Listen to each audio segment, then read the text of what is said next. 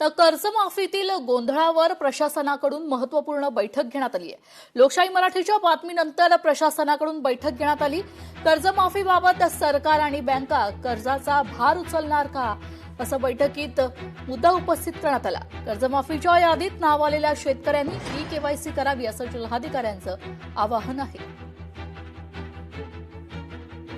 आपल्या धाराशिव जिल्ह्यामध्ये पुण्यश्लोक अहिल्यादेवी होळकर कर्ज मुक्ती अभियान अंतर्गत आता पहिल्या टप्प्यामध्ये 46,000 शेतकऱ्यांची यादी जाहीर झालेली आहे आणि सर्व यादी आपण सर्व आपला सेवा सरकार केंद्र उपलब्ध करून दिलेली आहे। काल राज्य शासनास्तरावर बैठक बँकेसोबत झालेली आहे।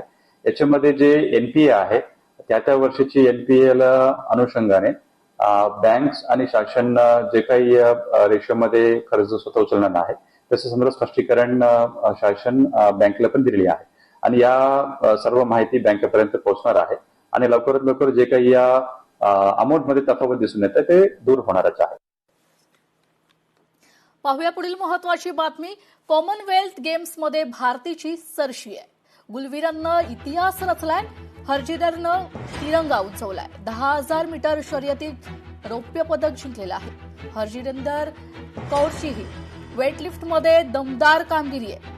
ग्लासगोत सुरू असलेल्या 2026च्या राष्ट्रकुल क्रीडा स्पर्धेत भारतीय खेळाडूंचा बोलबाला आहे। ग्लासगोत सुरू असलेल्या 2026च्या राष्ट्रकुल क्रीडा स्पर्धेत भारतीय खेळाडूंचा बोलबाला पाहायला मिळालाय। या स्पर्धेत भारताची पदकं जिंकण्याची मालिका अविरतपणे सुरू असल्याचं पाहायला मिळतंय। भारताने आतापर्यंत 12 पदकांची कमाई केली, ज्यात 2 सुवर्ण, 7 रौप्य आणि 3 कांस्य पदकांचा समावेश आहे। या स्पर्धेतील 5व्या दिवशी ज्ञानेश्वरी यादवने महिलांच्या वेटलिफ्टिंग प्रकारात 53 किलो वजनी गटात रौप्य पदकाला गवसणी घातली आहे। तर बातमी आहे नवी मुंबईतून। नवी मुंबईत शहर नियोजन आणि आरक्षण बदलाच्या मुद्द्यावरून पुन्हा राजकीय वाद सुरू झालेले आहेत। भूखंडाचे आरक्षण बदलून ते खासगी विकासकांच्या घशात घालण्याचा सपाटा सुरू असल्याचा गंभीर आरोप भाजपचे माजी नगरसेवक विशाल डोळस यांनी केलाय। या प्रकरणी त्यांनी थेट सिडको आणि नवी मुंबई महानगरपालिकेच्या नगररचना विभागातील काही अधिकाऱ्यांवर संगनमताने भ्रष्टाचार केल्याचा आरोप देखील केलाय। बदलाबद्दलची जी पॉलिसी आहे ती आपण सार्वजनिक केली पाहिजे। आपण जशा प्रकारे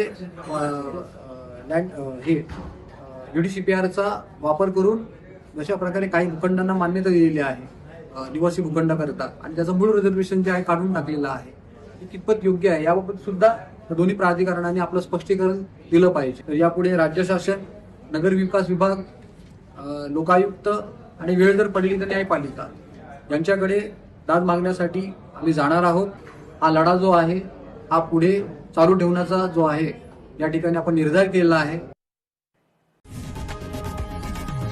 लोकशाही मराठी ऐका, पहा, जागरूक रहा।